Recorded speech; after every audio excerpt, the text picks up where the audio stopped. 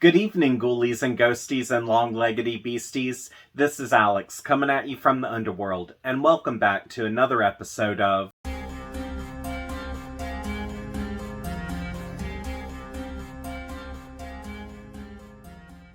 In this episode, my good friend Connie has returned as a special guest because we decided to buddy read Mexican Gothic by Sylvia Moreno Garcia. Now, before I get started, I would like to note that I'm really excited to review this book because not only is Mexican Gothic a good old-fashioned ghost story, but this is the first time we're reviewing a book where a fungus is a contributing factor to the horrors that go down. And truth be it, I've wanted to read and review a plant-based or fungus-based horror book for a while now, but the last time I read a book that fit into this subcategory was when I read The Ruins by Scott Smith, and that was when the movie adaptation had first come out. So you can imagine how excited I was when I discovered Mexican Gothic added a nature element into the mix. But aside from that, I am sorry that this video is so late because Connie and I had started reading Mexican Gothic on Cinco de Mayo to celebrate the holiday, and our goal was to upload the review by the end of May. But after we buddy read and reviewed My Sweet Aldrina, life had happened and our schedules just went all out of whack. So now is the first time we have been able to collaborate, and as the saying goes, better late than never. Also, I would like to add that we buddy read this with my good online friend Gina, and by the way, Gina, we wish you could be here with us because your perspective really enlightened us, and we just overall had a great time reading this with you. So if you're watching, we hope you enjoy. But before I go too far ahead of myself, let's go on and see what's been new with Connie. Hey guys, thank you for having me back, and I'm so glad to be back to dive into Mexican Gothic. It's pretty much been the usual with me, work, home, and if you've been, you always been keeping me really busy. I did finish redecorating my bathroom. It turned out really great. I went to Georgia to visit my sister with the family, had a great time. That's pretty much what's new with me. Awesome. Well, now that we're caught up to date, let's see what type of horrors grow atop the mountain where High Place Mansion looms.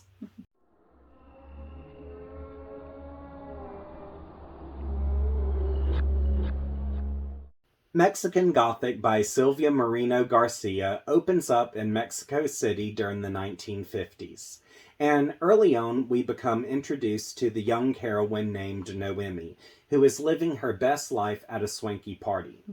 However, the party is cut short when her father calls her home because he received an urgent telegram from her cousin Catalina. Then, upon reading the telegram, Noemi learns that she is needed at once because Catalina fears someone is trying to poison her. Also, the telegram reveals that Catalina believes there are ghosts haunting the mansion where she resides with her in-laws, known as High Place. Also, Naomi's father reveals that prior to this telegram, that he had received a message weeks earlier from Catalina's husband Virgil, who had said that Catalina had been feeling unwell and had been acting strange. He also reveals that he had been thinking about having Catalina committed, but had since decided to send Naomi up there to High Place to investigate and see what was going on before he made any brash decisions. Shortly thereafter, Noemi leaves Mexico City and arrives in a small mountainside village where she is taken to High Place. Once there, she sees the land is every bit as Gothic as what one might see in classic literature. But aside from the old creepy mansion and the English cemetery next to it, Noemi remains under the thumb of her in-laws, who seem cold, strict, and overbearingly dominant. However, among them, she does befriend the youngest of their family, who is named Francis. And as their friendship grows into a potential relationship, he reveals to her his family's history and dark secrets. Which among these skeletons that Francis reveals, Naomi discovers that her in-law's dark lineage includes greed, homicide, suicide, incest, and a haunting land referred to as the Gloom. Now, after encountering the madness firsthand, Naomi discovers that Catalina isn't crazy after all, and Naomi finds herself trapped in a scenario to which there may be no escape.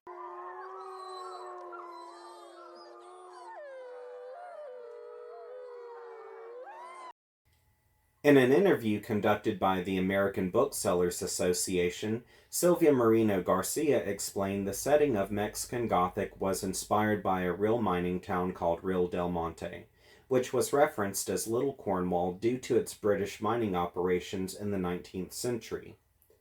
Upon exploring this town, Garcia stumbled upon an English cemetery which reminded her of a scene from a Hammer film and influenced the cemetery in this novel. Other inspirational elements included mid-20th century Gothic novels, Hammer films, and black and white horror movies. Since mushrooms play a major role in Mexican Gothic, Garcia explained that she has an interest in mycology and she finds mushrooms to be fascinating organisms, which she became interested in mushrooms after having watched a Japanese horror movie called Matango. Also, the story The Voice of the Night by William H. Hodgson persuaded her to seek out other mushroom-based stories. In an interview conducted by Pen 10, Garcia explained Mexican Gothic was originally a placeholder title and she was going to use something more elaborate and metaphorical. But eventually she considered Mexican Gothic to be an ironic title because the story takes place in a town controlled by British forces, and this title made it clear that Mexican Gothic was not a book about magic realism.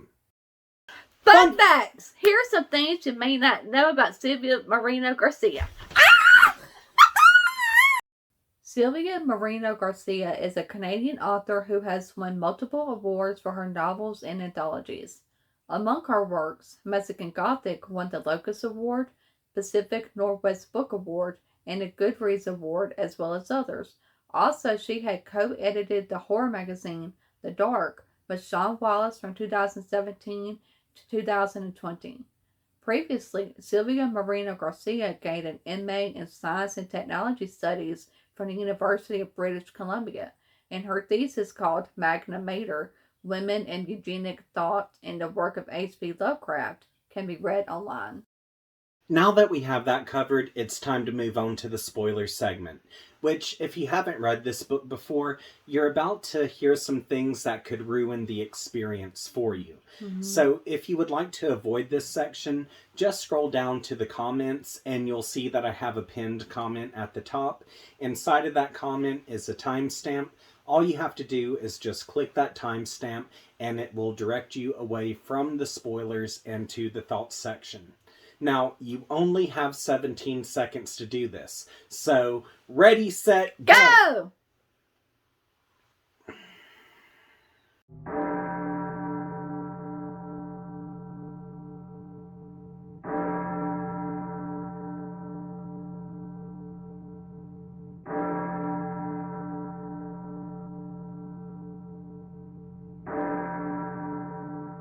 Since everyone's had the opportunity to click away, we would like to talk about a few of our favorite moments. Yeah. Which, the first one that comes to mind is when Noemi first enters the gloom. Yeah, that's a good one. Oh, yes. So much yes. Now, leading up to this, Noemi had dismissed the hauntings that Catalina had experienced. Mm-hmm. However, come the third night at High Place, Noemi goes to sleep and has what she thinks is a dream.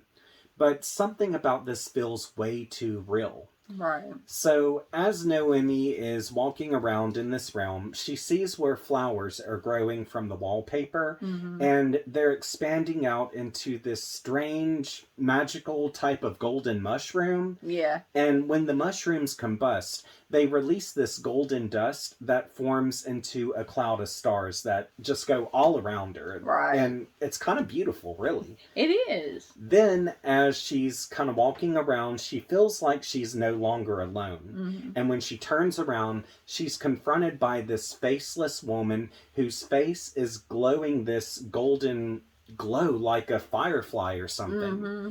And as Noemi is confronted by her, Noemi's feet fuse into the floor, then her mouth and hands disappear, mm-hmm. and before it can escalate anymore, she wakes up. Right. Okay, after having finished the book, this was perhaps my favorite moment regarding the gloom. Because it was like this really cool Gothic wonderland. I know! Like, I kind of wanted to be there for a minute, you Me know? too.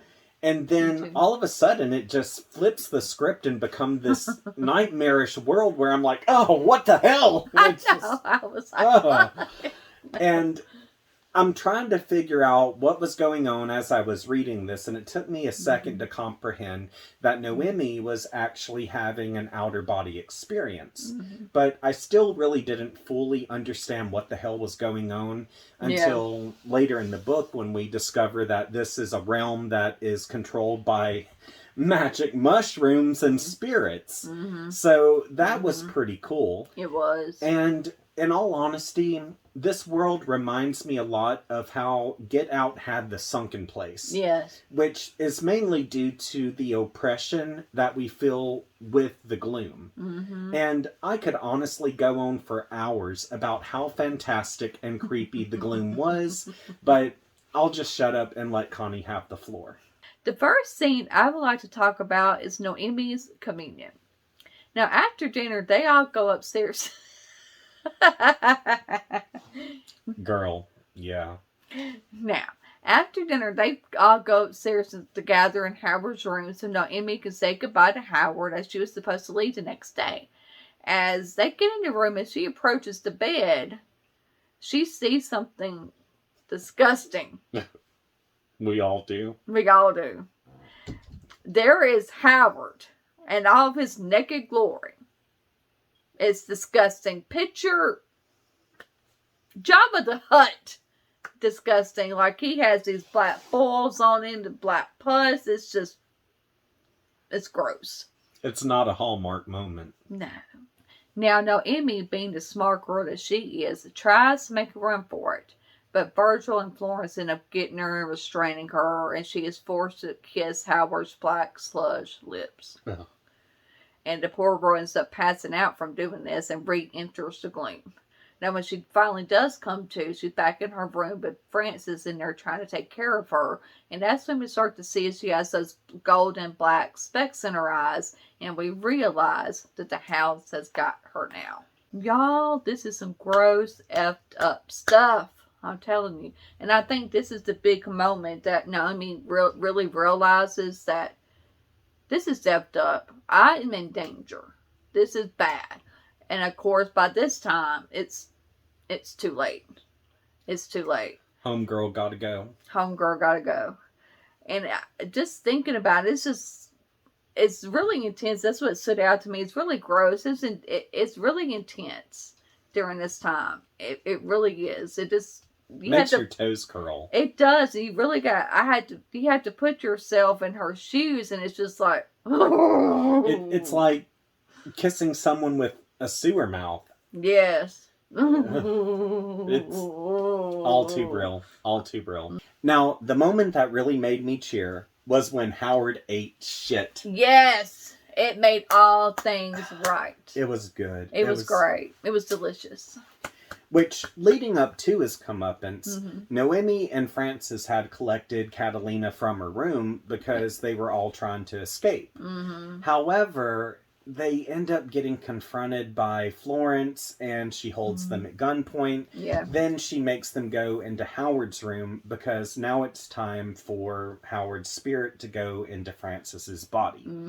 But while everyone is chanting and going into this trance-like state so Howard can possess Frances, no one is paying any attention to Catalina. Right. And she uses this opportunity to creep over to the bed where the family doctor is.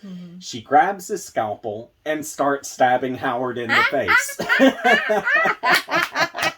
It was great. Go Catalina.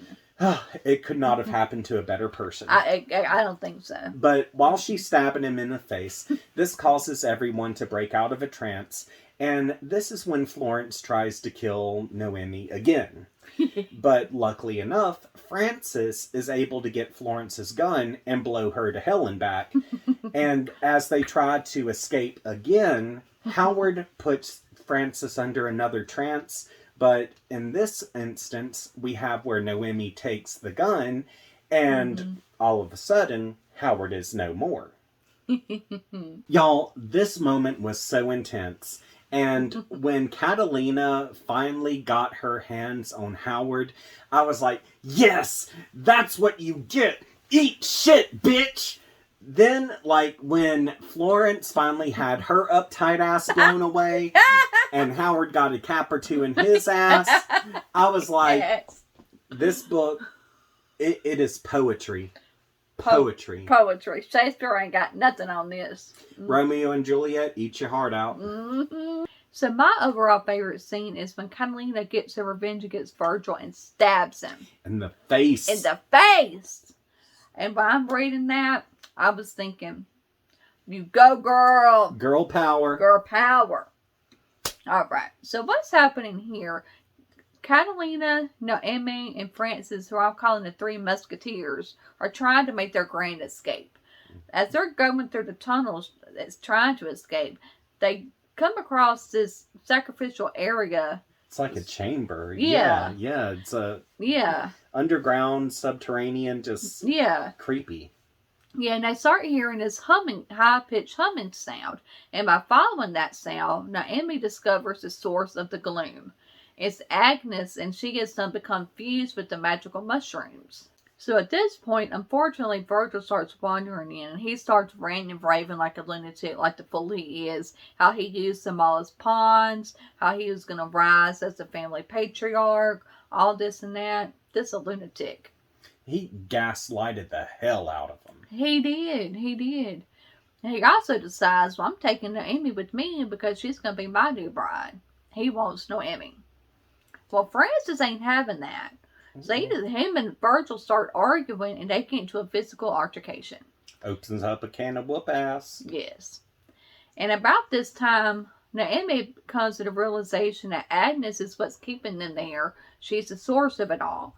So she grabs a lantern and just throws it. She decides, I'm lighting it all up. I'm burning it all down. And she does. As we all feel about our workplaces. Mm-hmm. Mm-hmm. And after she does that, she goes to get Catalina and Francis so they can get out. Because the place is on fire. But she's getting them. And about this time, Catalina is kind of coming out of her catatonic state. And she sees Virgil over there. He's hurt a little bit from his physical altercation with Francis. And she grabs the knife. And she goes over to little Virgil and stabs him in the face. Now, I like this because Catalina, she was the one in trouble. She was the one that had to be rescued. But in the end, she ended up saving the day and saving herself. Could you just imagine how badass she would have been if she wasn't drugged that whole time? I know. And I absolutely love the fact that she was the one who was able to kill that SOB husband of hers. Major props, girl. Major props.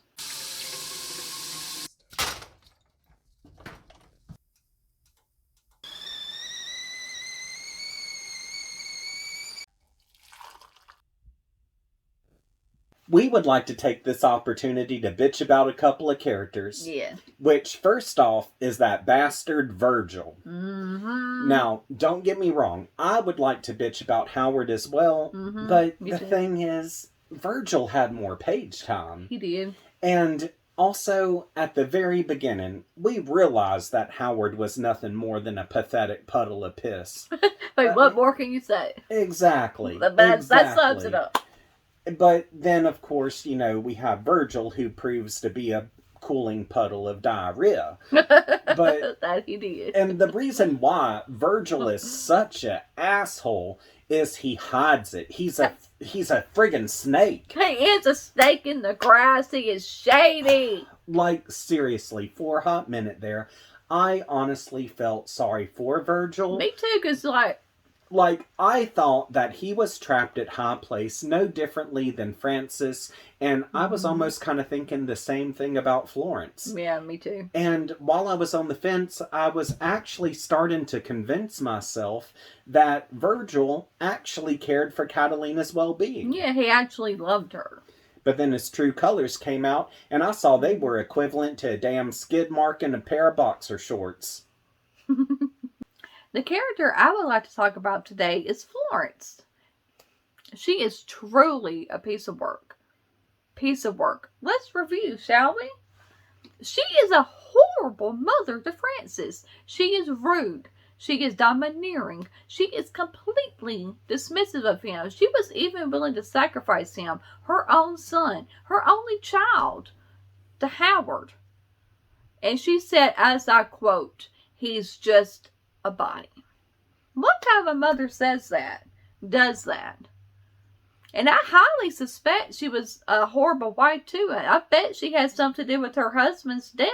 Francis's father, I bet she did. Because she never even cared about anybody but herself and Howard. Hell, Never. If I was married to her, I would have faked my death. Hell. I mean, she is greedy. She is power hungry. She is awful. She is awful. I mean, she is vile and a bona fide racist. In other words, she is her father's daughter through and through. And there is no telling how many lives she would have ruined and would have continued to ruin in her quest for power and her daddy's approval. She got what she deserved in the end, and I, for one, could not have been happier about it. You know what? If Howard is a pathetic puddle of piss, and Virgil is a cooling puddle of diarrhea. Right. I think it only sounds good that, Florence is dog vomit. A nice puddle of dog vomit. I think that works. Mm-hmm. Yeah.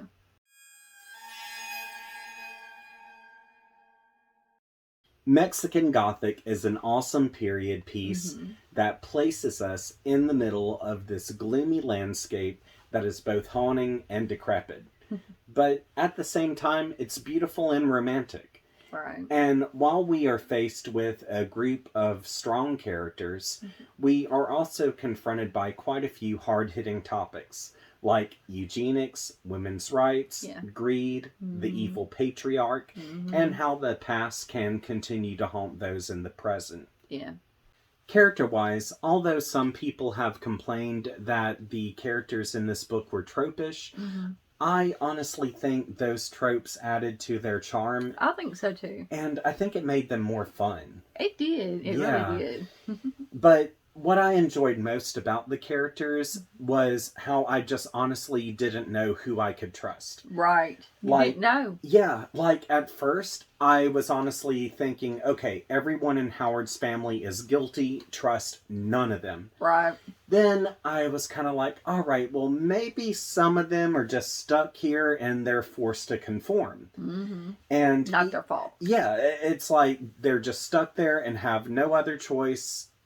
So, it's a suck situation. Right. Then I even was thinking, okay, well, maybe Noemi is being gaslit into a situation where she's being forced to marry due to a business deal. Right. And in this circumstance, her father and cousin would have also been guilty and been in on the gag. Right, to get her there. Yeah. Now, I know that is like a totally far-fetched assumption, but that's where my mind went. Right. So even though people have complained that these characters are tropish, I still flip-flopped between who I could and couldn't trust. Yeah, the book definitely keeps you in suspense. It takes you on this kind of a bit of a roller coaster with the questions and feelings and character interpretation. Like at first I was kind of indifferent, and then I went to hating some characters, and then liking some characters, and then hating those same characters again. But in the end, outside of Noemi, I was like, I trust no one, trust nothing, you all suspicious. Which that really says a lot about us and trust issues. I know!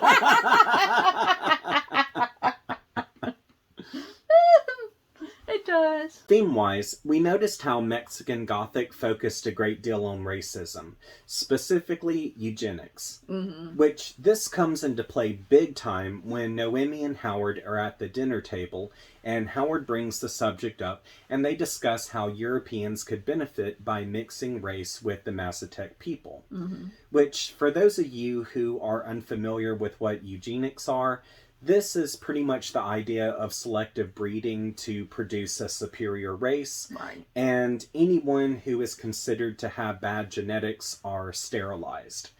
But anywho, Pretty much, the book does also explain that Howard had practiced incest to keep his family pure. And I was like thinking, okay, well, if he's this huge ass racist, then why is he interested in mixing race? Right. Then I was like, oh, I get it. Race doesn't have anything to do with it if it means you can become genetically stronger. Right. And I kept thinking, where is this going? And I knew Howard was a racist at first because he made a comment that Noemi was darker than her cousin. And they're all sitting around the table, and the topic of eugenics comes up, and Howard asked Noemi how she felt about Europeans mixing with the Aztec people.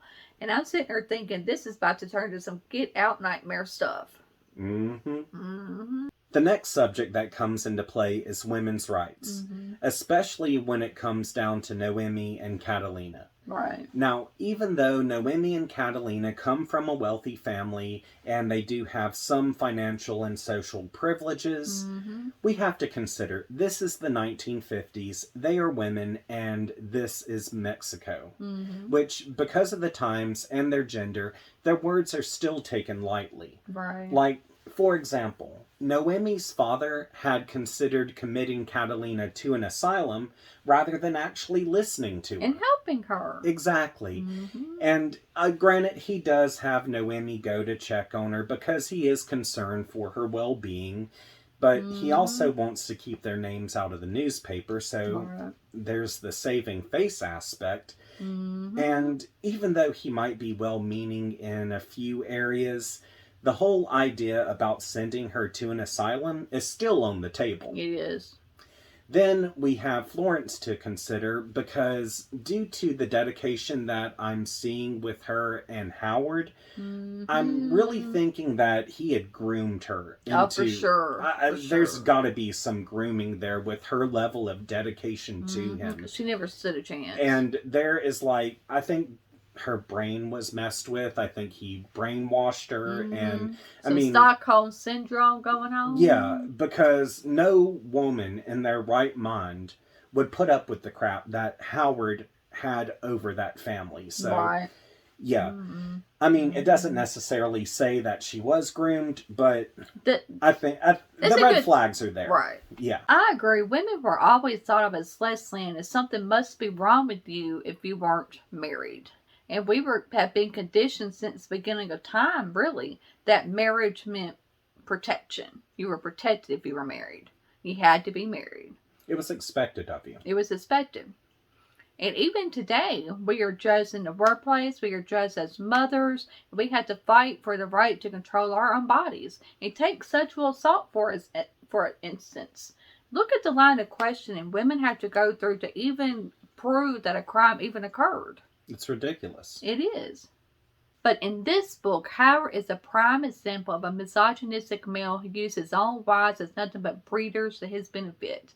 It's how he viewed all women, really, including his own daughter, Noemi, and Catalina. I would like to add on to that because when you mentioned marriage, that made me think about how this book shows how men use marriage as a trap. Yep. Like, consider Catalina, consider what Howard did to his wives, and even the intent behind Noemi getting married. Right. Like, the concept is messed up, but marriage traps do exist. They do. Another topic that we saw come into play was greed.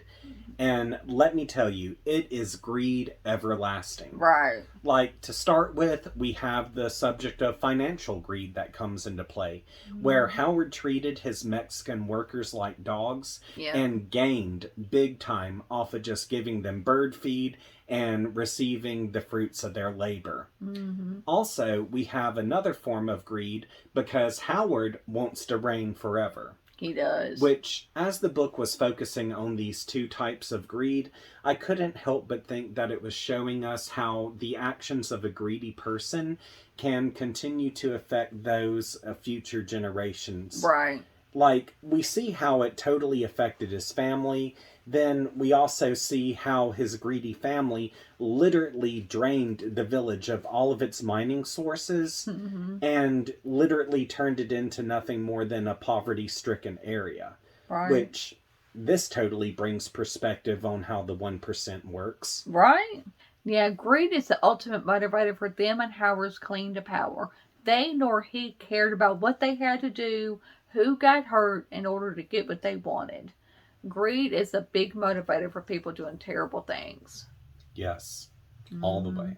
Then we have the power-hungry patriarch that comes into play, which I can't reveal too much here because of some spoilers, Yeah. but we totally see where Howard is the tyrannical, evil male figure in every sense of the word. Mm-hmm. But it was interesting to see how things were after he had a rival that was literally his equal. Yeah, I was happy to see how things played out at the end. Evil is as evil does, they say. Finally, we see how the past can continue to haunt those in the present, which essentially this is the basis for every ghost story out there. Because the haunting is used as like a tool to remind us about a bloody and painful past that someone had tried to shelve away. Right. And this reminds me of when I used to do paranormal investigations with a group. Yeah, I remember. And we had a saying that went, you have to know the history to understand the mystery. Right, and Mexican Gothic does just that because, like a paranormal investigator, Emmy has to start trying to figure out what's going on. She starts digging deep, and as she starts pulling the puzzle pieces together about the horrors of the past, she starts to solve the mystery and puts the past to rest. Yes. Aside from that, Gina, Alex, and I noticed a lot of fun little extras in the story, such as the Doyle family crest of the snake eating its tail, how it signified infinity and foreshadowed a lot of what was to come. And the Bible verse, the Word was made flesh, foreshadowed a lot as well. As far as literary nods are concerned, Gina noted how in chapter 5 the text said, and the floorboards pulse too, a heart, alive and knowing, which she speculated this could reference Edgar Allan Poe's The Telltale Heart. And she also brought to our attention how there was a comparison and foreshadowing between Noemi and Mary Shelley in regards to their graveyard rendezvous. But as I was reading this, I noticed a great emphasis on the wallpaper, which this made me think about the classic story The Yellow Wallpaper by Charlotte Perkins Gilman. So because of that, I decided to revisit this short story as I was reading the novel, and as I was reading the two together, I started to wonder if the wallpaper in Mexican Gothic had actually been laced with a hallucinogenic. Right. However, the most interesting piece of information came when Gina pointed out that she knows a lot of Greek mythology in the book in regards to the horror aspects. More specifically, Cronus, the king of the Titans, and Zeus's betrayal. Now, me and Alex totally missed that, but when she pointed it out, it opened our eyes big time. Overall, Mexican Gothic didn't scare me or creep me out, but there were a few times where I was grossed out. Aside from that, I really love the whole gloomy Gothic atmosphere that this book provided, and I loved its slow burn pace. Also, I really like how the puzzle pieces came together to present this culturally rich horror story that focused on important topics. Yeah, the book really didn't scare me or creep me out that much. I mean, it did hold my attention really well and kept me guessing from start to finish. Also, a couple of the scenes kind of grossed me out, and I did like the imagery as well. Oh, totally. I loved how we were talking about the gross out scenes when they happened. It was like just ew. It was fun. It was like watching a horror movie late at night with potato chips. I know. Mexican Gothic by Sylvia Moreno Garcia is a unique ghost story that blends the paranormal with Lovecraftian elements while staying true to Gothic tropes. Also, I really loved how mushrooms were a contributing factor to the supernatural elements. So, because of how everything blended together, I really felt like I received a good mix of originality while this was staying true to classic literature. So, for those reasons, I do highly recommend Mexican Gothic. I highly recommend Mexican Gothic. It's very well written. It's a great book. It has a little something for all horror lovers. It has gore. It has suspense. A little romance. A little something for everybody. On to the questions. What is a horror book you would recommend that is written by a Latino or Latina author? Load up the comments. Also, since this book focuses on mushrooms, do you like mushrooms? Like, If so, load me up with some good recipes because I absolutely love mushrooms. Like, I could eat the hell out of them. Like, just give me a good portobello that's been grilled or sauteed or something like that, and I am totally happy with it. So, yeah. Absolutely love portobello mushrooms and just about all mushrooms at that. As a matter of fact, if you have like some recipe for a good mushroom soup, hit me up with that as well, because I will totally just eat the hell out of it. But what about you? I, I'm kind of indifferent to mushrooms. I'm not a biggest fan of them like you are, but if they're like on my pizza and spaghetti or something like that, I don't mind them. Oh, they have to go in everything if I'm doing a pizza or spaghetti or sometimes even casseroles. Yeah, Just, like that, I don't mind them in oh, that. but I can do them alone too. I can just do them sauteed. Oh. So all I'm going to do is just make this short and sweet and say that I'm going to be in a short film this weekend, which is written, directed, and produced by Cami Roebuck. And if you would like to check out her work, I've included a link to her channel in the description section of this video. Also, I received some really awesome book mail, which one of the books I received is Wormwood by Poppy Z. Bright, and this was sent to me by the very awesome artist known as Rooftop, aka Chris. So thank you for this. I'm really becoming a huge Poppy Z. Bright fan, so I'm very, very grateful to have this. And I believe this was originally one time known as Swamp Fetus. So, yeah, glad to have that.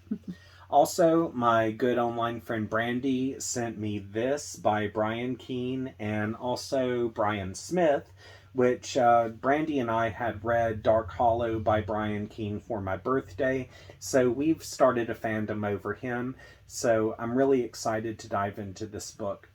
But that's pretty much about it, and now that we're at the end of the video, I would just like to say thank you for coming back. Thank you for having me. Thank you for buddy reading this. I had a great enjoyed time. it. Me too. It was a good one. It was a good one. It was so much to process. It was. And it was just an exhausting book, but a good book. Really good. It was exhausting because my brain just felt like it was picked to pieces by the time I was done with it, and I needed something to read next where it was just leave your brain at the door. But I'm so glad that I read this with you and Gina, and just thank you for coming back. And thank you for having me back. Thank you guys. And of course, we're going to have you back soon too. Yes, we got stuff cooking up. Yeah, people look out. We have the review we're working on for the Final Girl Support Group. Yes, it's going to be a goodie. Yeah. It's going to be a goodie. And Carrie should be in that one too. So yeah, that'll be the first time I've done a review where it's the three of us. I know. So, but thank you. Thank you. And thank you guys for love and support. I see it. I love it. Now that it's time to close out this episode, I would like to say thank you to Lisa G, as well as J.L. Mulvihill, which J.L. Mulvihill is a young adult steampunk fantasy author, and her books are available in print, ebook, and audio wherever books are sold. Also, I would like to say thank you to Melody Romeo, which Melody Romeo is a historic fiction fantasy author, and her books are available in print and ebook wherever books are sold. Also, Melody Romeo goes under the pseudonym Adele Lane, which Adele Lane focuses on same-sex fiction, and her books are available in print and ebook wherever books are sold. Also, I would like to say thank you to Nicholas Gray, which Nicholas Gray is a horror author, and his books are available in print, ebook, and audio wherever books are sold. Also, I would like to say thank you to the artist Lisa Shin, which you can check out her artwork on the Facebook page The Art of Shin. Also, I would like to say thank you to horror enthusiast Blake Kelly, and last but not least, my mom and grandma. And if you're wondering why I'm giving a shout out to these wonderful people, it's because they've had the opportunity to contribute to my Patreon account. And if you would like to contribute as well, I have a link available in the description section of this episode. And for $5 a month, I'll give you a shout out at the end of my episodes. If there is a title that you would like for me to tie to your name, just let me know and I'll gladly do it. And I do have another tier available where for $10 a month, you'll still get that shout out, but I do creepy photography on the side. So at the beginning of every month, I'll send you over a creepy photo. From there, you can print it off, do whatever you like. And if you're able to do this, that's awesome. If not, no sweat. I just hope you return to this channel so we can have a good time together. And if you would like to follow me on social media, links to my Facebook, Twitter, Instagram, and TikTok are all available in the description section of this video. And if you have not subscribed, be sure to subscribe to this channel and click that notifications bell because I do have more book reviews coming in the near future. So until we see each other again, I hope you have a great week and sweet nightmares.